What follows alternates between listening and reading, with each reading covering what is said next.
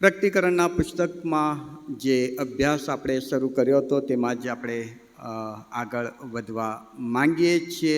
Last જ્યારે પ્રકટીકરણ 20મા અધ્યાયની 11મી કલમથી આગળ આપણે જોવાની શરૂઆત કરી હતી, પણ સમય ઓછો હોવાના કારણે એ અભ્યાસ 11, 12 ને 13 કલમ સુધી કર્યો હતો. આજે એનાથી થોડુંક આગળ 14મી અને 15મી કલમને આપણે ઝડપથી જોવાનો પ્રયત્ન કરીશું. અને માટે પ્રભુ કૃપા આપશે અને આપ આપનું બાઇબલ ખુલ્લું રાખશો કે જેથી જે રેફરન્સ આપણે જોવાના છે તે રેફરન્સ તમે જોઈ શકો.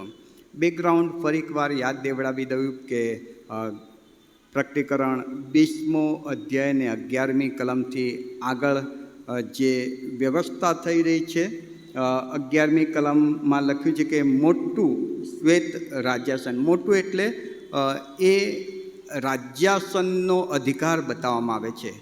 બહુ મોટો અધિકાર, વિશાળ અધિકાર, સર્વ ઉપરનો એ અધિકાર. અને શ્વેત એ એની પવિત્રતા તેમજ એનું ન્યાય જે એ કરનાર છે એની પારદર્શકતા બતાવવામાં આવે છે. શ્વેત એના માટે પવિત્રતા અને પારદર્શકતા અથવા તો નિષ્પક્ષ ન્યાયની વાત કરવામાં આવે છે. રાજ્યાસન ઉપર જે બેઠેલો છે એને આપણે બાઇબલમાં જોઈએ છીએ તે પ્રમાણે પ્રભુ ઈસુ ખ્રિસ્ત પોતે છે અને પોતે ત્યાં ન્યાય કરવા ઉપસ્થિત છે. પછી આગળ લખ્યું છે કે તેની સન્મુખથી પૃથ્વી તથા આકાશ જતા રહ્યા છે. એટલે બધું અનક્રિએટ થઈ ગયું છે. જેમ પરમેશ્વરે પૃથ્વી બનાવી તે પહેલાં શબ્દ બોલ્યા અને બધું ઉત્પન્ન થયું, એ જ રીતે આ એ સમય છે કે જ્યારે બધું જ અનક્રિએટ, બધું જ ચાલ્યું ગયું છે. જાણે કે એમનું અસ્તિત્વ હતું જ નહીં. ન પૃથ્વી છે, ન સૂર્ય છે, ન ચંદ્ર છે, કશું જ નથી. અને ફક્ત એક મોટું રાજ્યાસન કે જેનો મોટો અધિકાર છે અને ત્યાં બેઠેલા પુરુષ એટલે પ્રભુ ઈસુ ખ્રિસ્ત છે અને એની સન્મુખ આત્માઓ છે કે જેનો ન્યાય થનાર છે. આકાશ અને પૃથ્વી જતા રહ્યા છે અને હવે હજુ નવું આકાશ ને નવી પૃથ્વી આવ્યા નથી. એ 21મા અધ્યાયમાં આવે છે. એ પહેલાંની એ સ્થિતિ છે. એટલે આપણે એ જગ્યાએ છીએ કે જ્યાં હવે બધું જ જે ઈશ્વરે ઉત્પન્ન કરેલું બધું ચાલ્યું ગયું છે અને ફક્ત આત્માઓ ઈસુ ખ્રિસ્તની સમક્ષ ઉપસ્થિત છે. અને ત્યાં લખ્યું છે તે પ્રમાણે 12મી કલમમાં, પછી મેં મુએલાને દેવની સમક્ષ ઊભા રહેલા. હવે મુએલો વ્યક્તિ ઊભો રહી શકે નહીં. અહીં લખ્યું છે કે મુએલા ઊભા રહેલા. એટલે મુએલો શબ્દ એ બતાવે છે કે તેઓ ખ્રિસ્ત વગરના છે. જે આત્માઓ ત્યાં ન્યાય માટે ખ્રિસ્તની આગળ ઉપસ્થિત છે એ મુએલા. આમ આત્માઓ જીવતા છે, પણ અહીં શબ્દ વાપર્યો છે મુએલા, એટલે ખ્રિસ્ત વગરના વ્યક્તિ. જેમ કે અત્યારે જે ખ્રિસ્ત વગરનો વ્યક્તિ હોય, આપણે એના માટે શબ્દ વાપરીએ છીએ કે પાપમાં મરેલો. પેલો યોહાન 5 અને 12 આ વચન એ પ્રમાણે કહે છે કે જેને દેવનો પુત્ર એટલે ઈસુ ખ્રિસ્ત છે તેને જીવન છે, અને જેને દેવનો પુત્ર એટલે ઈસુ ખ્રિસ્ત નથી તેને જીવન નથી. એટલે આ મુએલા એનો મતલબ કે એ ઈસુ ખ્રિસ્ત વગરના છે. ઈસુ ખ્રિસ્તને અપનાવ્યા વગરના લોકો એટલે એ મુએલા, પાપમાં મુએલા, એ ન્યાયાસન આગળ ઉપસ્થિત છે. પછી આગળ લખ્યું છે કે મોટા તથા નાના સર્વને. મોટા તથા નાના એનો મતલબ કે ત્યાં કોઈ ઊંચ નીચ નથી, ત્યાં કોઈ રંગભેદ નથી, ત્યાં કોઈ દેશની સીમા કે કશું જ નથી. બધા સરખા. બહુ મોટો અધિકારી કે સામાન્ય વ્યક્તિ પણ સરખા છે અને બધા જ ગરીબ, ધનવાન, જ્ઞાની, અજ્ઞાની, અધિકારી, સામાન્ય બધા જ એક આત્મા સ્વરૂપે ત્યાં ખ્રિસ્તના ન્યાયાસનની આગળ ઉપસ્થિત છે. અને પછી લખ્યું છે કે જીવનનું પુસ્તક ઉઘાડવામાં આવ્યું અને એની સાથે પુસ્તકો ઉઘાડવામાં આવ્યા. આ પુસ્તકો કે જેમાં વ્યક્તિને જ્યારે આ પૃથ્વી પર જીવન આપવામાં આવે છે ત્યારે એના જીવનની પ્રત્યેક ક્ષણ નોંધવામાં આવે છે.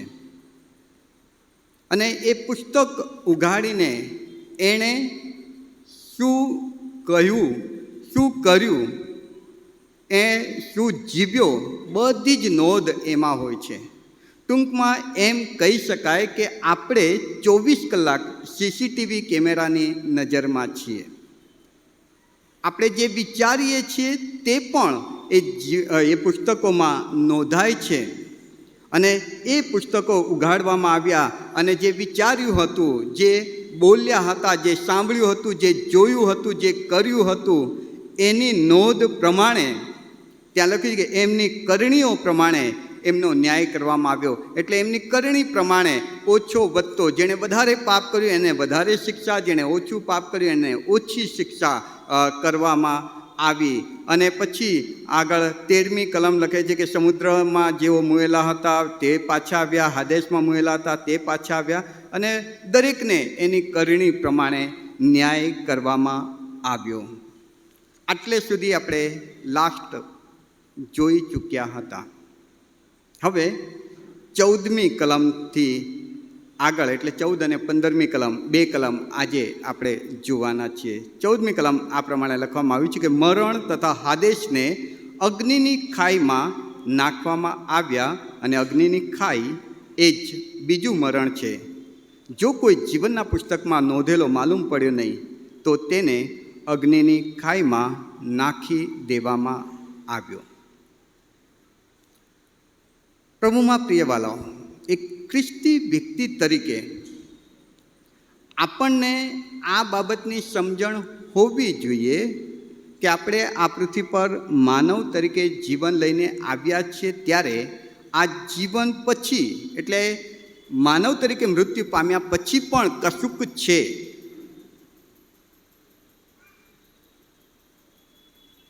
ઘણા બધા શબ્દો બાઇબલમાં મળે છે. મરણ, હાદેશ, અગ્નિની ખાઈ, બીજું મરણ, ઘણા બધા શબ્દો. વાલાઓ, ઘણા લોકો એવું માને છે કે આ જીવન પછી કશું જ નથી, બાકીનું બધું જ વાર્તા છે, કલ્પના છે. માણસ એક વખત મરે એટલે ખલાસ, પછી એને કંઈ જ નહીં. ઘણા એવું માને છે. પણ બાઇબલમાં જો તમે જોશો ને, ખાસ કરીને પ્રભુ ઈસુ ખ્રિસ્તમાં તમે જે નવા કરારની વાત છે તેને ધ્યાનમાં લેશો તો નવો કરાર અને પ્રભુ ઈસુ ખ્રિસ્ત જેટલી વખત સ્વર્ગ વિશે બોલ્યા છે એના કરતાં વધારે વખત નર્ક વિશે બતાવે છે. જેટલી વખત પૃથ્વી પરના જીવન વિશે બોલ્યા છે એના કરતાં વધારે વખત પ્રભુ ઈસુ ખ્રિસ્ત મરણ પછીના જીવનની વાત કરે છે. અને માટે મરણ પછી જે છે તે વાસ્તવિક છે, કલ્પના નથી કે કોઈ વાર્તા નથી. ઘણા એવા લોકોની સાક્ષીઓ તમે સાંભળી હશે કે જેઓ અચાનકથી એમનું હૃદય બંધ થઈ ગયું અને ડૉક્ટરે એને મરેલા જાહેર કર્યા, અને કલાક, અડધો કલાક કે 15-20 મિનિટ પછી એ પાછા સજીવન થયા અને એમણે સાક્ષી આપી કે હું જ્યારે તમે લોકો કહો છો કે હું મરી ગયો, ત્યારે હું જાણે કે એક અલૌકિક દુનિયામાં ગયો હતો ને ત્યાં મેં સ્વર્ગ જોયું, અથવા તો ત્યાં મેં નર્ક જોયું ને બહુ ભયંકર પરિસ્થિતિ હતી વગેરે વર્ણન.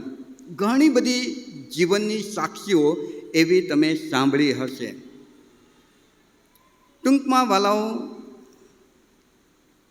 આ જીવન પછી પણ કશુંક છે, કશુંક છે. એક સરસ સ્લાઇડ મને મળી હતી જે અહીં આગળ મૂક્યું છે. માનવીય જીવન પૃથ્વી પરનું આપણને મળે છે. જો તમે ઈસુનો સ્વીકાર કરો છો અને મૃત્યુ પામો છો, અથવા તો ઈસુનો સ્વીકાર નથી કરતા અને મૃત્યુ પામો છો. શારીરિક મરણ, આ પૃથ્વી પરનું મરણ બંનેને માટે છે. લાલ લીટી તમે જોઈ શકો છો. ત્યારબાદ એ જે મરણ પામેલી વ્યક્તિને આપણે દફનવિધિ કરીએ છીએ, એટલે માટીમાં એનું શરીર, દેહને મૂકી દઈએ છીએ. એ દેહ, એ શરીર માટી થઈ જાય છે.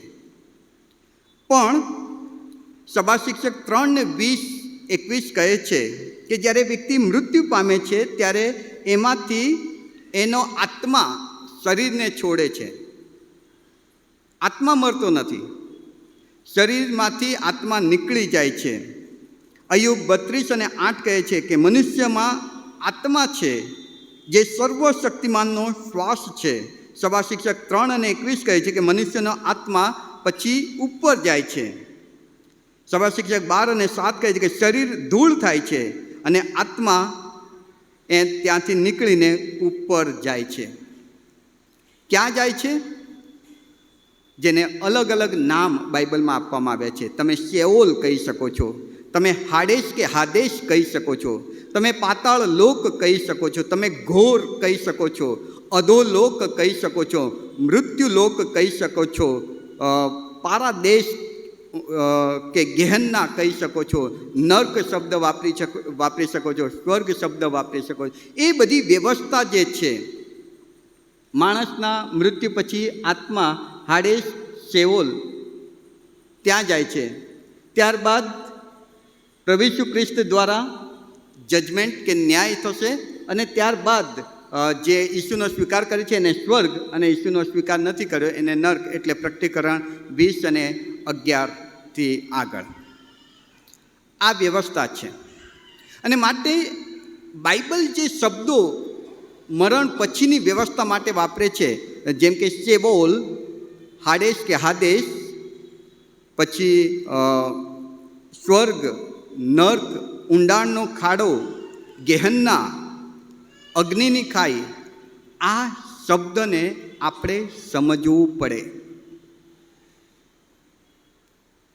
આપણે કોઈ મરી જાય તો એમ કહે છે કે હવે સ્વર્ગમાં ગયો, હવે નર્કમાં ગયો. ના.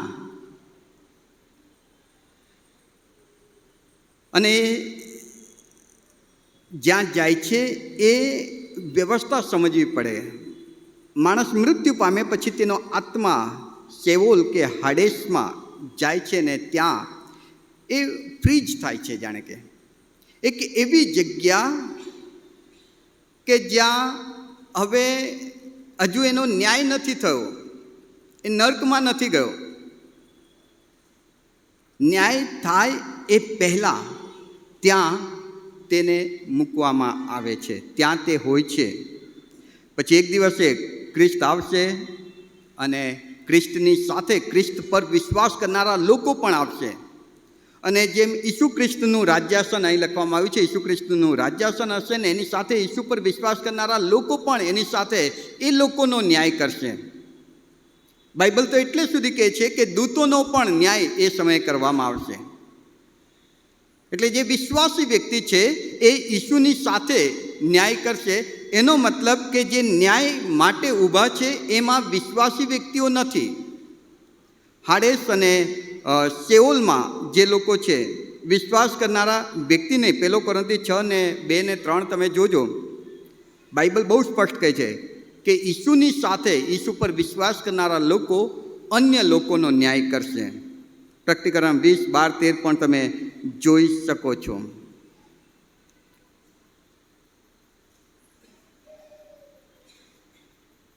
ટૂંકમાં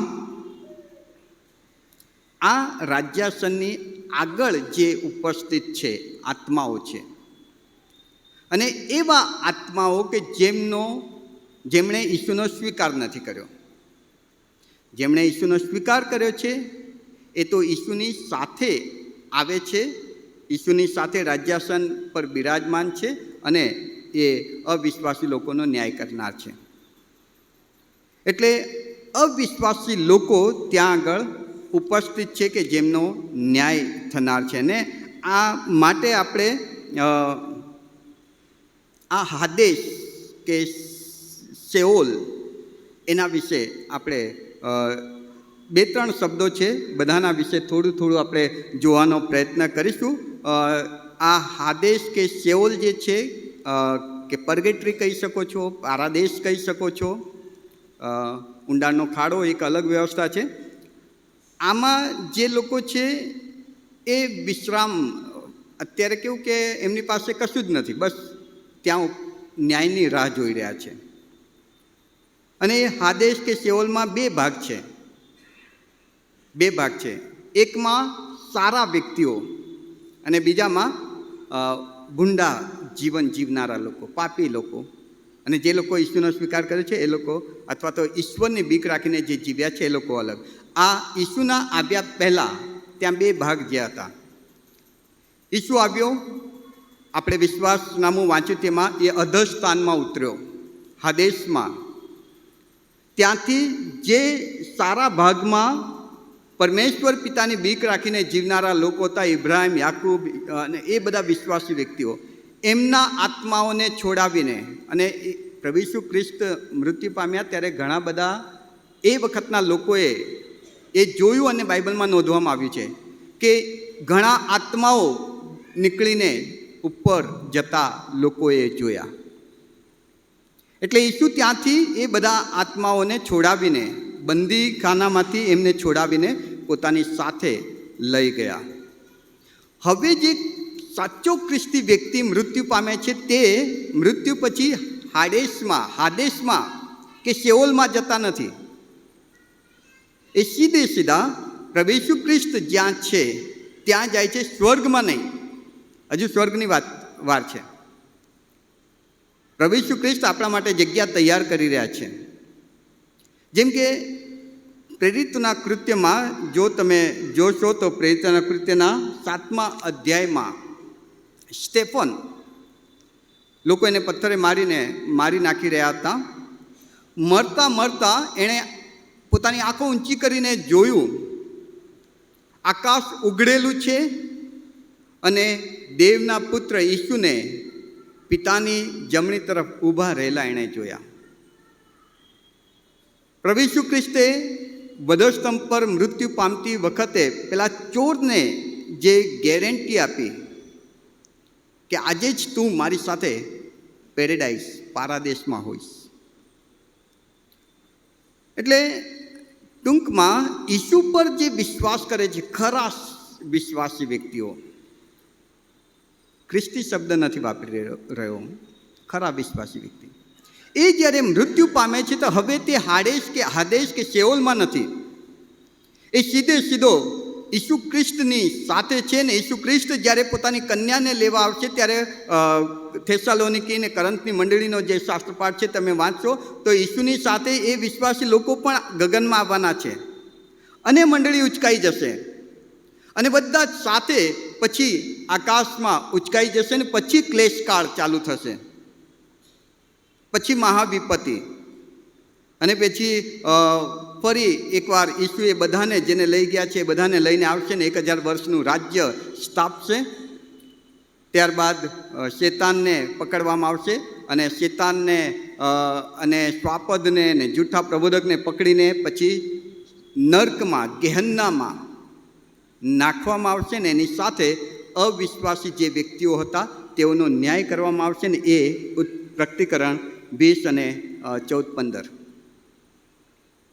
આખી વ્યવસ્થાને તમે તમારા માઇન્ડમાં મૂકજો વાલાઓ, કે હું જો પ્રભુ ઈસુ ખ્રિસ્ત પર વિશ્વાસ કરું છું, ખરો પ્રભુ પર વિશ્વાસ કરનાર વ્યક્તિ હોઉં અને હું મરણ પામું છું તો હું હાદેશ શેઓલમાં નથી. ઈસુ કે જે પોતાના લોકને ઉચકી ગયા છે એની સાથે સીધા જ મને લઈ જાય છે.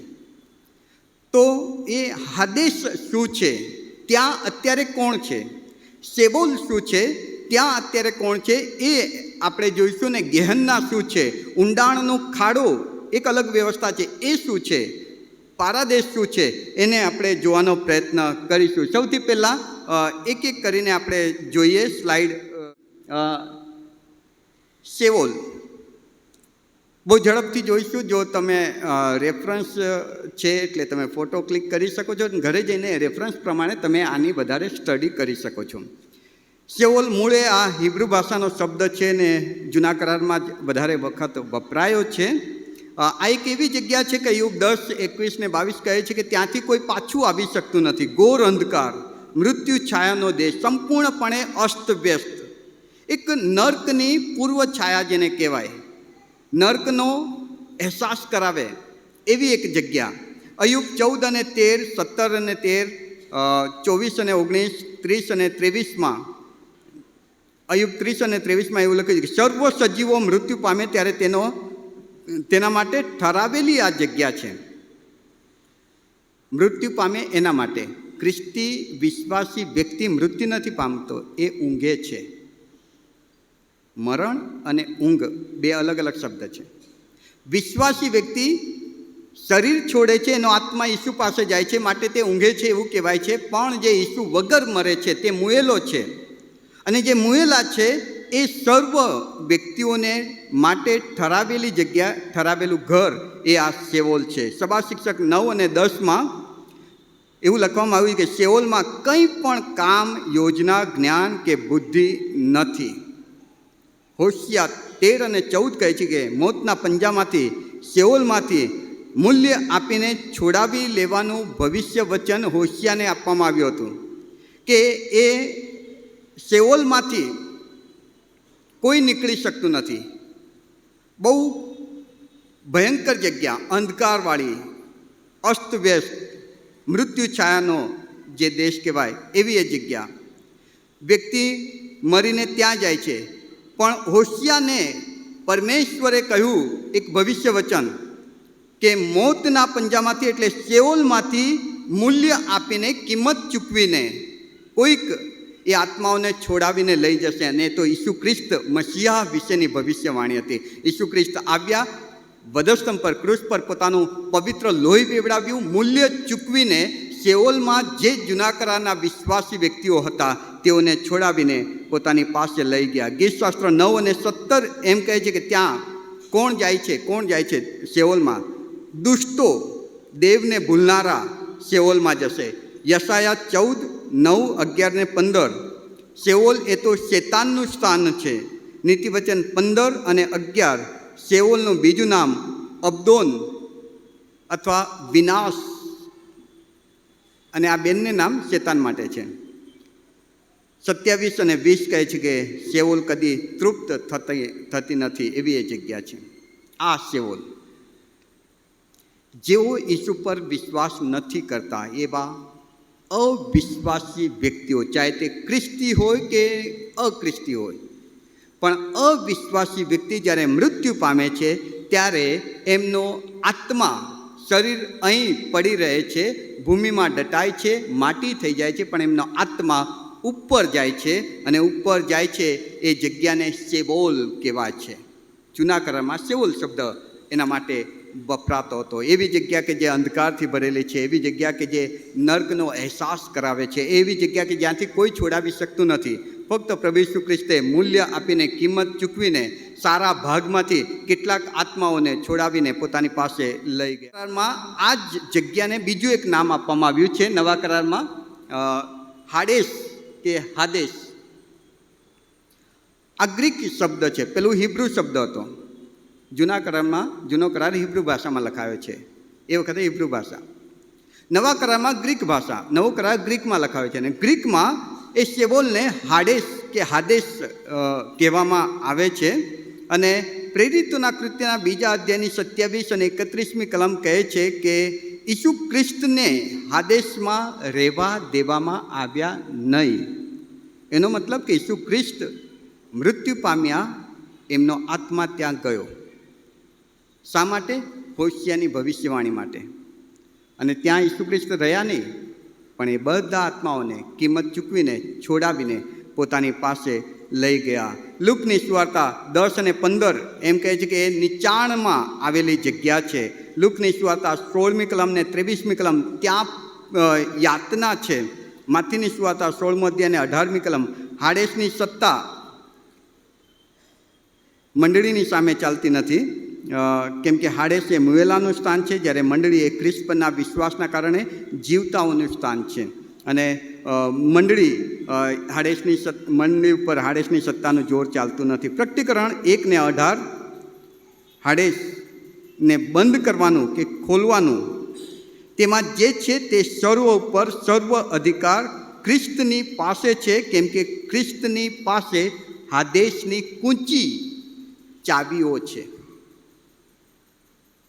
અને માટે ઈસુ ખ્રિસ્ત મૃત્યુ પામ્યા પછી એ હાદેશમાં ગયા, કૂંચીથી ખોલીને એમાં રહેલા દેવના વિશ્વાસી વ્યક્તિઓને પોતાની પાસે લઈ ગયા. હાડેસને ખોલવાની, બંધ કરવાની સત્તા અથવા તે ચાવી, કૂંચીઓ ઈસુ ખ્રિસ્તની પાસે છે. પ્રકટીકરણ 6 ને 8 કહે છે કે મરણ એટલે ખ્રિસ્ત વગરના જ્યાં જ્યાં એવા લોકો ત્યાં ત્યાં હાદેશ તેઓને ઝડપી લેવા માટે એની પાછળ જાય છે. મરણ આગળ ચાલે છે ને હાદેશ એની પાછળ જાય છે. પ્રકટીકરણ 13 અને 14 માફ કરજો, પ્રકટીકરણ 6 અને 8. એટલે જ્યાં અવિશ્વાસી વ્યક્તિઓ છે, હાદેશ ઝડપી લેવા કે ક્યારે મરે, ક્યારે હું એને પોતાનામાં લઉં અને આમ ઢગલો કરતા જાઉં. પ્રકટીકરણ 20, 13 અને 14 ત્યાં લખ્યું છે કે જ્યારે ન્યાય થઈ જશે ત્યારે મરણ અને હાદેશને એ અગ્નિની ખાઈમાં નાખી દેવામાં આવ્યા. કેમ? કેમ કે પછી હાદેશની જરૂર નથી, પછી આ શેઓલની જરૂર નથી. બધા જ વ્યક્તિઓનો ન્યાય થઈ ગયા પછી, એ લોકોને નર્કમાં નાખી દીધા પછી એ મરશે નહીં. અને માણસ નહીં હોય તો એનું મરણ નહીં થાય, તો મરણ પછી એને મૂકવાની જગ્યાની પણ જરૂર નથી. અને માટે એ પછી મરણ હાદેશ કે શેઓલ ત્યાં નહીં હોય. આ માનવ માટે, અવિશ્વાસી વ્યક્તિ માટે ઠરાવેલી જગ્યા. પ્રભુમાં પ્રિય વાલાઓ, આપણને એમ થાય કે તો વિશ્વાસી વ્યક્તિ ક્યાં? વિશ્વાસી વ્યક્તિ પારાદેશમાં. હાદેશ કે શેઓલ, જેમણે ઈસુ પર વિશ્વાસ નથી કર્યો એવા વ્યક્તિના મરણ પછી એમનો આત્મા આ જગ્યાએ છે. અને ત્યાં જેટલા પણ છે, ન્યાયના દિવસે બધાને એમની કરણી પ્રમાણે ઓછા વધતા પ્રમાણમાં શિક્ષા થશે, પણ બધાને માટે નર્ક છે. એટલે એનો મતલબ કે એક વખત આપણે મરી ગયા પછી કોઈ આશા નથી. હાદેશમાંથી આપણે નહીં નીકળી શકીએ, નરકમાંથી નહીં છટકી શકીએ. જીવો છો ત્યાં સુધી જ ઈસુ પર વિશ્વાસ કરીને તમે આ વ્યવસ્થામાંથી પોતાને અલગ કરી શકો છો. ત્રીજી એક જગ્યા બાઇબલમાં આપણને મૃત્યુ પછીની વ્યવસ્થાની વાત માટે બતાવે છે, તે ઊંડાણનો ખાડો. ઊંડાણનો ખાડો, અંગ્રેજીમાં બોટમલેસ પીટ, તળિયા વગરનો ખાડો, કે જે બહુ ઊંડો છે. આ એક એવી જગ્યા છે કે જેમાં આ પરમેશ્વર જ્યારે ઉપર હતા ત્યારે એમનો ખાસ દૂત લ્યુસિફર, એણે પરમેશ્વરની વિરુદ્ધ બંડ કર્યું અને બંડમાં પોતાની સાથે એ જે દૂતો હતા એ દૂતોમાંથી ત્રીજા ભાગના દૂતોને પોતાની પાસે લઈ લીધા. અને એ લ્યુસિફર ત્રીજા ભાગના દૂતોનો સપોર્ટ લઈને પરમેશ્વરની વિરુદ્ધ બંધ કરે છે. ત્યારે એ લ્યુસિફરને એટલે શેતાનને ત્યાંથી સ્વર્ગમાંથી પૃથ્વી પર નાખી દેવામાં આવ્યો. અને એની સાથે જે ત્રીજા ભાગના દૂતો હતા એમાંથી ઘણા બધા દૂતોને આ ઊંડાણના ખાડામાં એમનો ન્યાય ન થાય ત્યાં સુધી એ આત્માઓને બંદી બનાવીને રાખવામાં આવ્યા છે. જેમ શેઓલ અને હાદેશ માણસના આત્માઓને ન્યાય ન થાય ત્યાં સુધી મૂકવાની જગ્યા છે, એવી રીતે દૂતોને જ્યાં સુધી એમનો ન્યાય ન થાય ત્યાં સુધી એમના આત્માઓને મૂકવા માટે કે પકડી રાખવા માટે, પૂરી રાખવા માટેની જગ્યા એટલે ઊંડાણનો ખાડો. યહૂદાનો પત્ર 1 અધ્યાયને 6ઠી કલમ, શેતાનના દૂતોને એમાં રાખવામાં આવ્યા છે. યહૂદા 1 અને 6. ન્યાય વખતે એમને એમાંથી બહાર કાઢીને એમનો ન્યાય કરશે અને નર્કમાં નાખશે. લુકની સુવાર્તા 8મો અધ્યાયને 31મી કલમમાં તમે જુઓ કે અશુદ્ધ આત્મા વળગેલો એક માણસ જ્યારે ઈસુની સામે આવે છે ત્યારે અંદર રહેલા અશુદ્ધ આત્મા પુકારીને કહે છે કે અમને એ ઊંડાણના ખાડામાં ના નાખતો, અમને થોડોક સમય આ પૃથ્વી પર રહેવા દે તો અમે કંઈક કરીએ, કોઈક બીજાને હેરાન કરીએ, કોઈક નામાં પેસી જઈએ, કોઈકને દૂર લઈ જઈએ વિશ્વાસમાંથી. અમને ઊંડાણના ખાડામાં, કેમ કે ઊંડાણના ખાડામાં ગયા પછી એમને પૂરી દેવામાં આવે, પછી એ કંઈ કરી ન શકે. એનો મતલબ કે આ ઊંડાણનો ખાડો એક એવી જગ્યા છે કે જ્યાં જતાં દૂતો પણ બીએ છે. હાડેસ અને શેઓલની જેમ આ જગ્યા. પ્રકટીકરણ 9 પહેલી બીજી કલમ અને 11મી કલમ. મહાક્લેશ આવશે ને, જ્યારે ખ્રિસ્ત વિરોધી આ પૃથ્વી પર આવશે અને મહાક્લેશ કાળ હશે, ત્યારે એક પછી એક વિપત્તિ આવશે.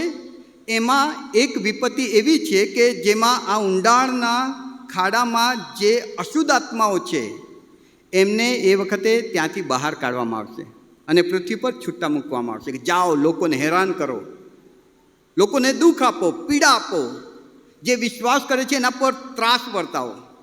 અને અશુદ્ધ આત્માઓ જે ઊંડાણના ખાડામાં છે એ લોકો એ વખતે એ વિંછુના ડંખ ને એની બધી વાતો આવે છે. જો કે એ પછીથી ક્યારેક જોઈશું, મારી પાસે સમય ઓછો છે એટલે. પણ એ મહાક્લેશ કાળ વખતે આ ઊંડાણના ખાડામાં રાખવામાં આવેલા શેતાનના અપદૂતોને, અશુદ્ધ આત્માઓને બહાર કાઢવામાં આવશે અને એ લોકોને પીડા આપશે. પ્રકટીકરણ 9 અને 11.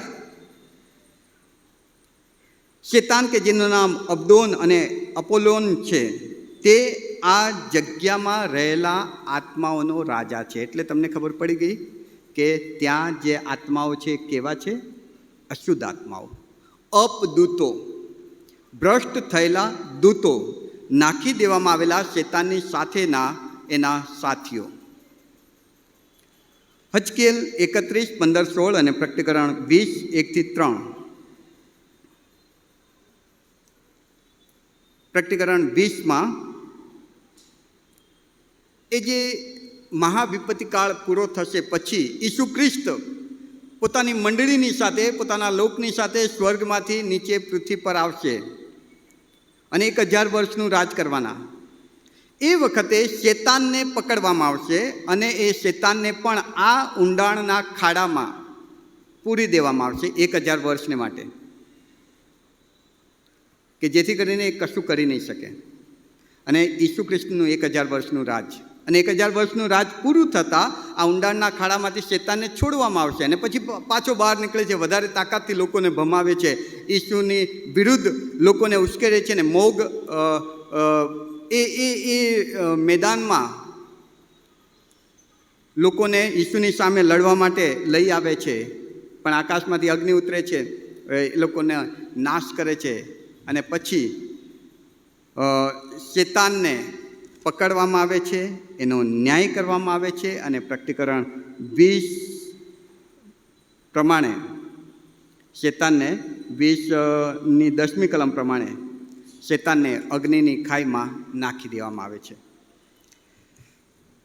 આ ઊંડાણનો ખાડો, જેમ શેઓલ, હાદેશ, એમ ઊંડાણનો ખાડો, કે જે શબ્દ અહીં બાઇબલમાં મળે છે ગેહન્ના. પ્રભુ ઈસુ ખ્રિસ્તે આ શબ્દ 11 વખત વાપર્યો છે. નવા કરારમાં 12 કરતાં વધારે વખત, લગભગ બધા 12 કહે છે, પણ ઘણી બધી જગ્યાએ આડકતરી રીતે એનો ઉલ્લેખ મળે છે. 12 વખત જો નવા કરારમાં ગેહન્ના શબ્દ વપરાય છે, એમાંથી 11 વખત તો ફક્ત પ્રભુ ઈસુ ખ્રિસ્તે આ શબ્દ વાપર્યો છે. હિબ્રુમાં ગેહન્નોમ કહેવામાં આવે છે. આ હિન્નોમની ખીણ યરુશલેમ શહેરની અગ્નિકોણે આવેલી એક એવી જગ્યા કે જેને હિન્નોમની ખીણ, હિન્નોમ પુત્રની ખીણ તરીકે ઓળખવામાં આવતું હતું. અને આખા શહેરનો, યરુશલેમ શહેરનો કચરો ત્યાં નાખવામાં આવતો હતો અને કચરો રાત દિવસ બળ્યા કરતો હતો. ત્યાં મરેલા જાનવરોના મૂળદા નાખવામાં આવતા હતા. દટાય નહીં એવા વ્યક્તિઓ કે ગુનેગારોના શબ પણ ત્યાં ખુલ્લા નાખી દેવામાં આવતા હતા. અને બહુ ગંદકીથી ભરેલી જગ્યા, સહન ન થાય એવી ગંધ, સહન ન થાય એવી એ જગ્યા, જેના પરથી આ નરકાગ્નિ શબ્દ વપરાયો છે, બન્યો છે. નર્ક, જેને ગેહન્ના પણ કહેવામાં આવે છે. માથીની સુવાર્તા 5:22 કહે છે કે આમ તો ક્રોધ પણ તમે તમારા ભાઈ ઉપર સામાન્ય કરો છો. નાનામાં નાનું પાપ પણ તમને ગેહન્ના એટલે નર્કમાં ધકેલી શકે છે. માથી 8:12, 13:42-50, 22:15, 24:51, 25:30. અંધકારથી ભરેલી જગ્યા કે જ્યાં રડવું અને દાંત પીસવું. રડવું અને દાંત પીસવું કેમ ખબર છે? હું અને મારો મિત્ર બંને આ પૃથ્વી પર જીવીએ છીએ. અમે બંને જાણે કે પ્રભુ ઈસુ ખ્રિસ્તનો સ્વીકાર કર્યો હોય એવો દાવો કરીએ છીએ, પણ મેં કદાચ ખરી રીતે નથી કર્યો અને મારા મિત્રએ સાચી રીતે કર્યો છે. તો જ્યારે મરણ પછી એ હાદેશ પછીની વ્યવસ્થા છે, હાદેશ પછીની, કે જ્યારે મારો મિત્ર ખરી રીતે પ્રભુનો સ્વીકાર કરે છે એને સ્વર્ગમાં લઈ જવામાં આવે છે અને મને નર્કમાં નાખવામાં આવે છે. ત્યારે હું એને જોઈને દાંત પીસીશ, ગુસ્સે થઈશ કે આ મારી સાથે હતો અને એને આટલું જેમ પેલો ઇબ્રાહિમ અને લાજરસને જોઈને પેલો ધનવાન વ્યક્તિ દાંત પીસે છે કે આ વ્યક્તિ મારા ઘરની આગળ પડી રહેતો હતો અને એ અત્યારે ઇબ્રાહિમની ગોદમાં છે.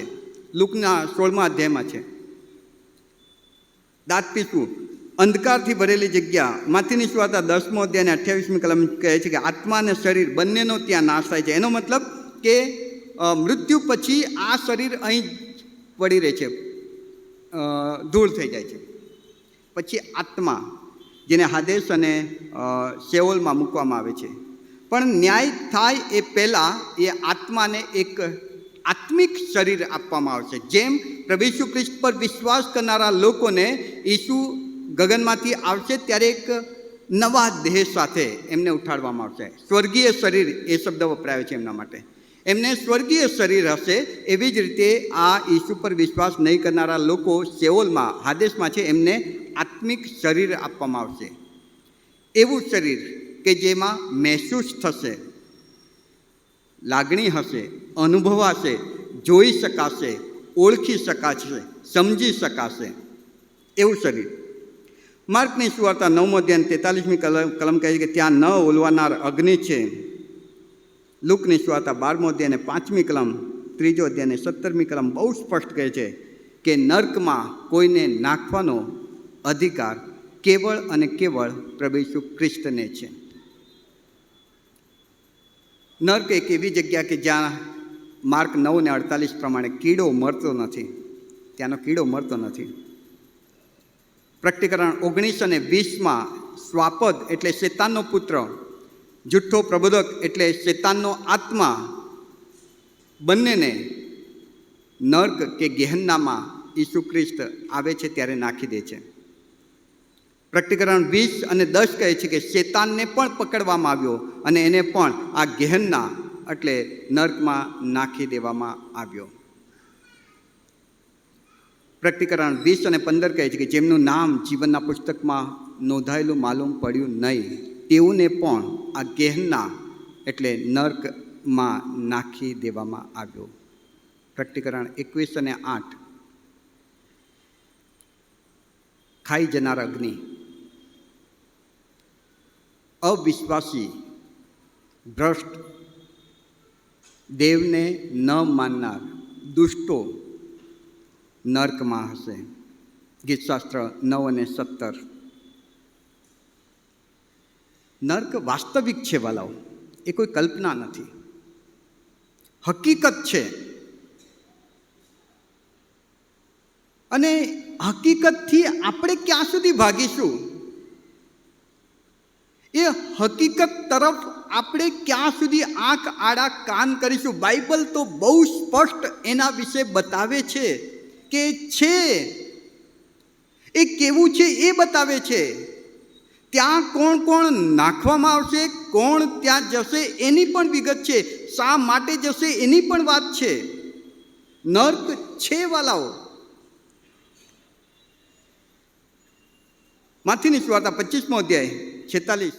એક એવી જગ્યા છે અનંત કાળ સુધીની સજાનું સ્થાન.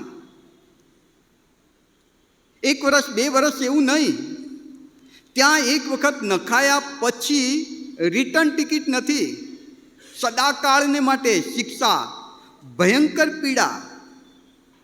પ્રકટીકરણ 20:10, 14, 15 અગ્નિથી બળનારી ખાઈ, ત્યાંનો અગ્નિ કદી બુઝાતો નથી. માથી 10 ને 28 પ્રમાણે એક અલગ શરીર ત્યાં હશે કે જેમાં આપણને નાખે ત્યારે બળાય. જુઓ 5 મિનિટ. લુકની સુવાર્તા 16મો અધ્યાય તમે જુઓ, જે શાસ્ત્રપાઠ વાંચવામાં આવે. લુક 16:19-31 આપણે વાંચ્યું. 23મી કલમ તમે જો લુકની સુવાર્તા 16મો અધ્યાયને 23મી કલમ, ત્યાં હાદેશમાં પીડા ભોગવતા તેણે પોતાની આંખો ઊંચી કરીને, એટલે પેલો ધનવાન વ્યક્તિ, બેગડેથી ઇબ્રાહીમને તથા તેના ગોદમાં બેઠેલા લાજરસને જોયો. એવી જગ્યા છે કે જ્યાંથી તમે જોઈ શકો છો. એક ઝલક એને બતાવી દેવે, સ્વર્ગની એક ઝલક, ઇબ્રાહીમના ગોદની એક ઝલક બતાવી. પછી 24મી કલમ, તેણે ઘાટો પાડીને કહ્યું કે ઇબ્રાહીમ બાપ, મારા પર દયા કરીને લાજરસને મોકલ કે તે પોતાની આંગળીનું ટેરવું પાણીમાં બોળીને મારી જીભને ઠંડી કરે, કેમ કે આ બળતામાં હું વેદના પામું છું. ત્યાં અહેસાસ થાય છે હું બળી રહ્યો છું, વેદનાનો અહેસાસ છે. મેં તક જતી કરી, ઈસુનો સ્વીકાર નહીં કર્યો. મારા એ માનવીય જીવનમાં જેટલા પણ વચન પોકારવામાં આવતા હતા એ તરફ મેં કાન બંધ કર્યા. એ ત્યાં યાદ આવે છે.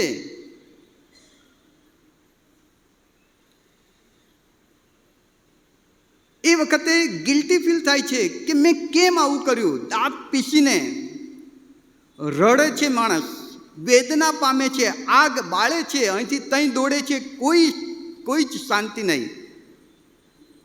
24મી કલમ એ એમ કહે છે કે ઇબ્રાહીમ બાપ, મારા પર દયા કરીને લાજરસને મોકલ કે પોતાની આંગળીનું ટેરવું પાણીમાં બોળીને મારી જીભને. પાણીનું એક ટીપું ત્યાં નહીં મળે. એનો મતલબ કે અહીંથી તમે કશું જ ત્યાં લઈ જઈ શકવાના નથી. નર્કમાં, હાડેસમાં, સેઓલમાં, ગેહન્નમમાં પાણીનું એક ટીપું પણ લઈ નહીં જઈ શકાય. આ શરીરની સાથે જેટલું જોડાયેલું છે, આ શરીર જે દિવસે મૃત્યુ પામે છે અથવા તો આમાંથી આત્મા નીકળી જાય છે, એ દિવસે આની સાથે જોડાયેલી તમામ વસ્તુઓ અહીં જ પડી રહે છે. એમાંની એક પણ વસ્તુ ત્યાં મને કામમાં આવતી નથી, ત્યાં નહીં કામ આવે. ત્યાં ફિલિંગ થાય તો વેદનાનો, ત્યાં અહેસાસ થાય તો મેં તક કેમ જતી કરી, એ ગિલ્ટી ફીલ, કશું જ લઈ જઈ શકાતું નથી. 25મી કલમ ત્યાં લખ્યું છે કે પણ ઇબ્રાહીમે તેને કહ્યું કે દીકરા, તારા જીવનમાં તું તારા સારા વાના પામ્યો હતો ને લાજરસ તો ભૂંડા વાના પામ્યો હતો, તે સંભાળ, યાદ કર. એનો મતલબ કે યાદ શક્તિ ત્યાં જતી રહેતી નથી. અહીં કદાચ મને બધાના નામ યાદ નથી રહેતા, પણ ત્યાં પાક્કું મારી યાદ શક્તિ પાક્કી થઈ જશે, બધું જ યાદ આવશે. મેં આવું કર્યું હતું માટે આજે હું અહીં છું. મેં આવી તક જતી કરી હતી માટે આજે અહીં છું. બધું જ યાદ આવશે. જ્યાં જ્યાં ઈસુએ ટકોરા કર્યા હતા કે બેટા આજે તું મારો સ્વીકાર કરી લે, અને મેં ઈસુનો નકાર કર્યો તો એ પણ યાદ આવશે. જ્યાં સેવાની તક હતી ને મેં જતી કરી એ પણ યાદ આવશે. ત્યાં યાદ શક્તિ જતી રહેતી નથી. એ એક એવી જગ્યા છે કે જ્યાં બધું જ યાદ આવે છે. અને ઇબ્રાહીમ કહે છે કે તું યાદ કર. એ યાદ કરે છે અને પોતાને કોસે છે. 26મી કલમ ત્યાં લખ્યું છે, એ સર્વ ઉપરાંત અમારી અને તમારી વચમાં એક મોટી ખાઈ આવેલી છે કે જેથી જેઓ અહીંથી તમારી પાસે આવવા ચાહે તેઓ આવી ન શકે, અને ત્યાંથી કોઈ અમારી પાસે આ પાર પણ આવી શકે નહીં. આ એક એવી જગ્યા છે કે જ્યાં તમે ગમે એટલી મદદ માંગશો ને કોઈ તમારી મદદ કરવા નહીં આવી શકે.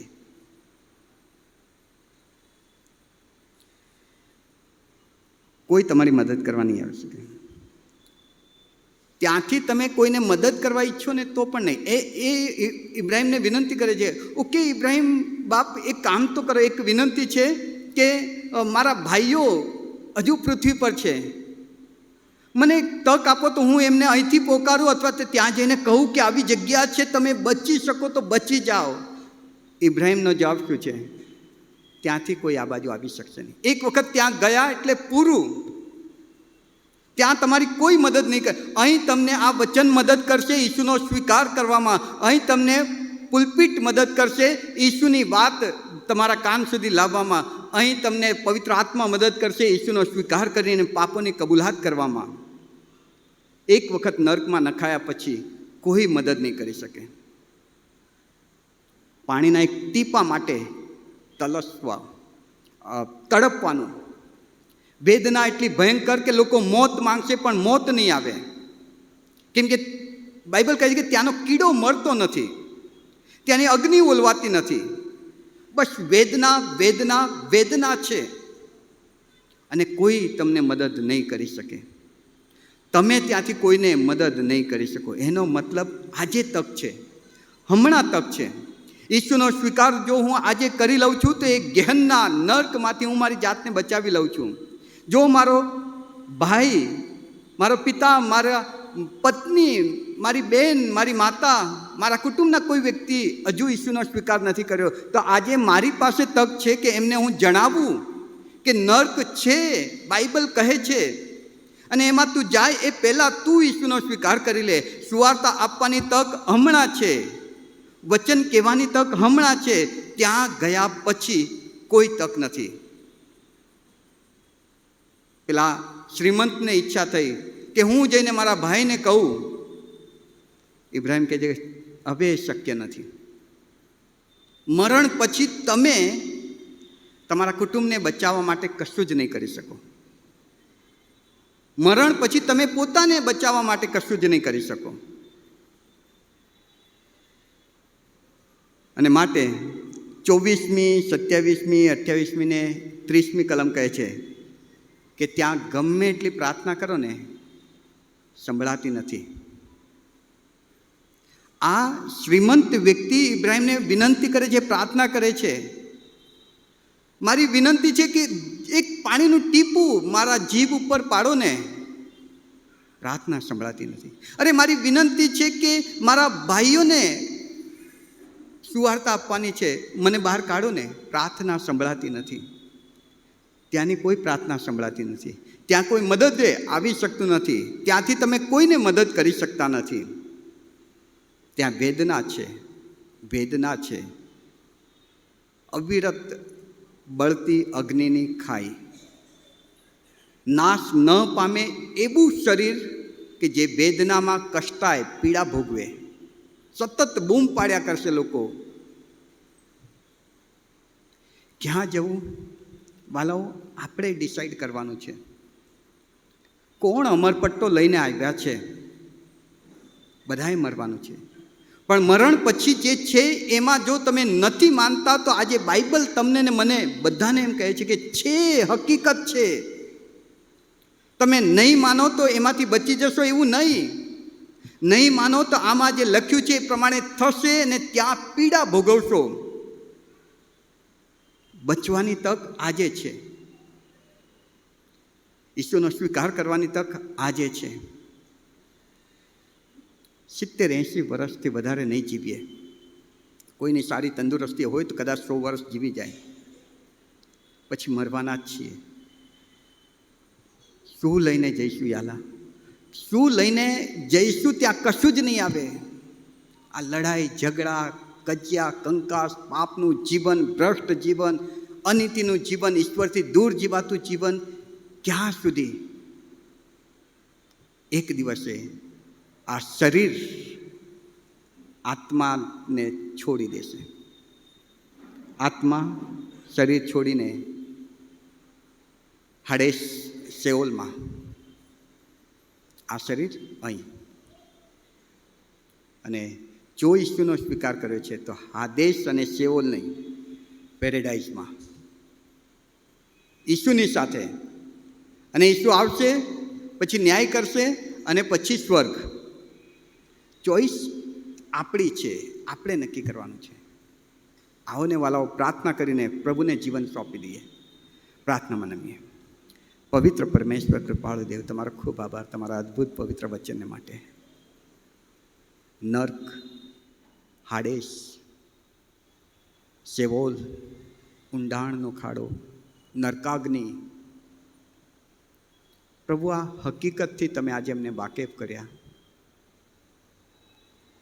આજે ફરી એકવાર તમે અમને એ બધી બાબતો દ્વારા ચેતવો છો, સજાગ કરો છો કે દીકરા, આજે પણ હું તારી રાહ જોઉં છું. પાછો બળ, પાછી બળ. અમે અમારું જીવન તમારા ચરણોમાં મૂકીએ છીએ પ્રભુ. અમે પ્રભુ ઈસુ ખ્રિસ્તનો સ્વીકાર કરતા અમારી દરેક ભૂલો, અમારા દરેક અપરાધોની કબૂલાત કરીએ છીએ. અમારા પાપોની ક્ષમા આપો. ઈસુમાં તમે અમને નવા બનાવો અને નવું જીવન જીવીએ તે માટે કૃપા આપો. પ્રભુ ઈસુના નામમાં માંગીએ છીએ. આમેન.